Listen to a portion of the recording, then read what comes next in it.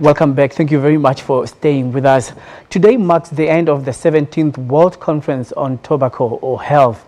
There will be a declaration later during the closing ceremony, but on the other hand, some tobacco control organizations have resolved on laying criminal charges against the tobacco industry, accusing it of killing at least 7 million people annually around the world.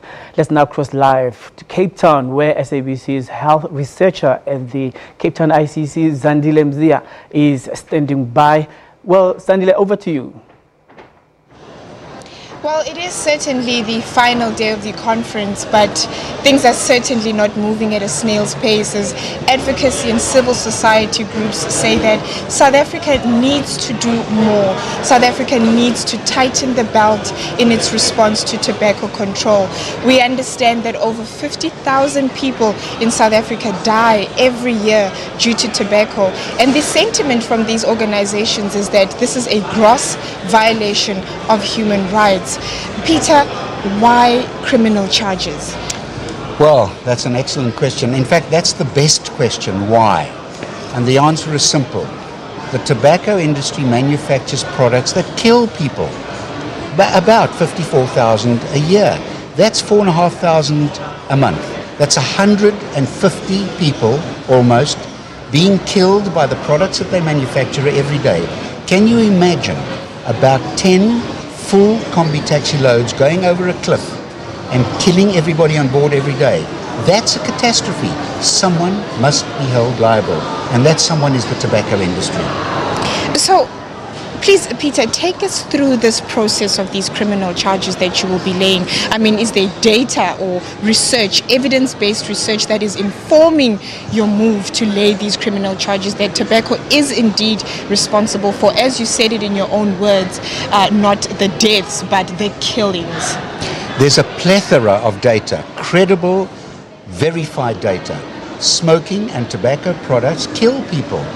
If you use the products as directed by the manufacturer, at least 50% of those people will be killed by their addiction to nicotine and use of tobacco products. Those products are manufactured by the tobacco industry. It's a simple equation. There is plenty of evidence. There's absolutely no doubt whatsoever. So, is this an indication that the current measures we're seeing on tobacco control, and I'm talking about, the plain packaging, the messages around tobacco control, is this an indication that the current measures are failing? Oh, no, not at all. The current measures are working. We will introduce graphic health warnings, large graphic health warnings, and plain standardized packaging in South Africa. Lots of things are going to happen. We are winning, but it's a progression.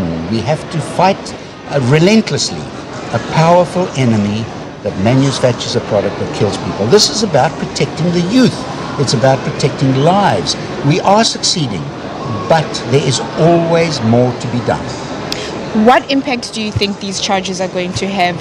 Tangible results? What difference is it going to make? And when are you laying these charges? Well, time will tell. We will be finding victims of smoking and their families, because I repeat, this is a human right. We have a right to life, we have a right to health, we have a right to an environment that's not harmful to our health, and we have to find those people who are being harmed and victims of the tobacco industry products, and then we will formulate cases and take them to court. So with that said, what is your message to the tobacco industry? It's quite compelling things that you're talking about right there, Peter. Yeah, our message is very clear to the tobacco industry. We are coming after you. Your products kill people. And we know that you won't run, you will fight back. But we will fight you and urge the courts to hold you accountable for criminal actions. So, in response to these criminal charges, the conference draws to a close today.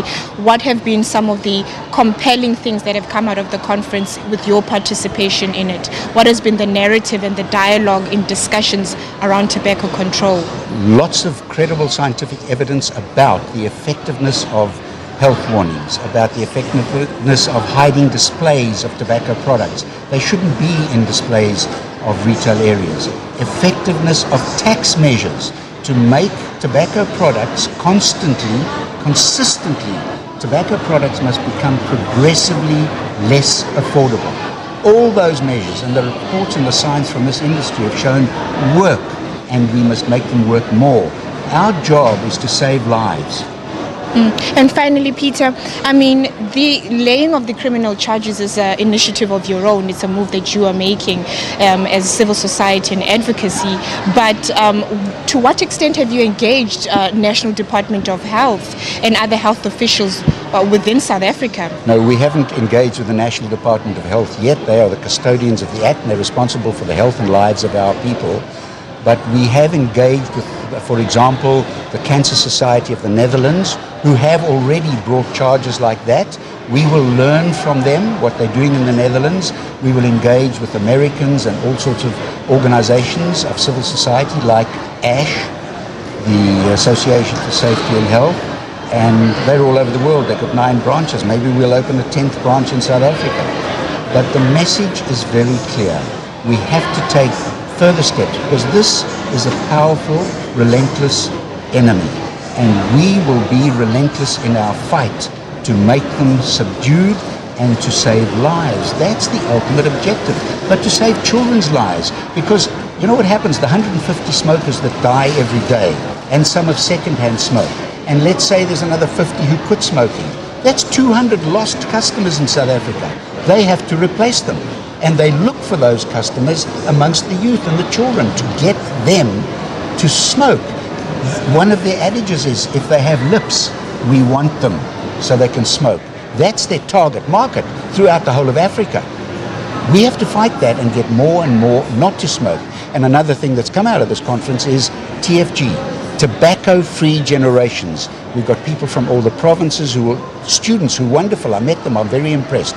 They will go to their schools in all the provinces and start promoting the tobacco-free generation concept that's working in Singapore and other parts of the world. So we'll have a generation that begins tobacco-free, and then the next year, the next generation, the next year, the next generation.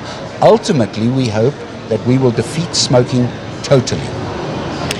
Well, there you hear it. The tobacco industry is going to find itself in quite hot water, as you hear it from Peter here with us. But from the Cape Town ICC, for this now, we will be with you, and we will come back to you later. Thank you very much.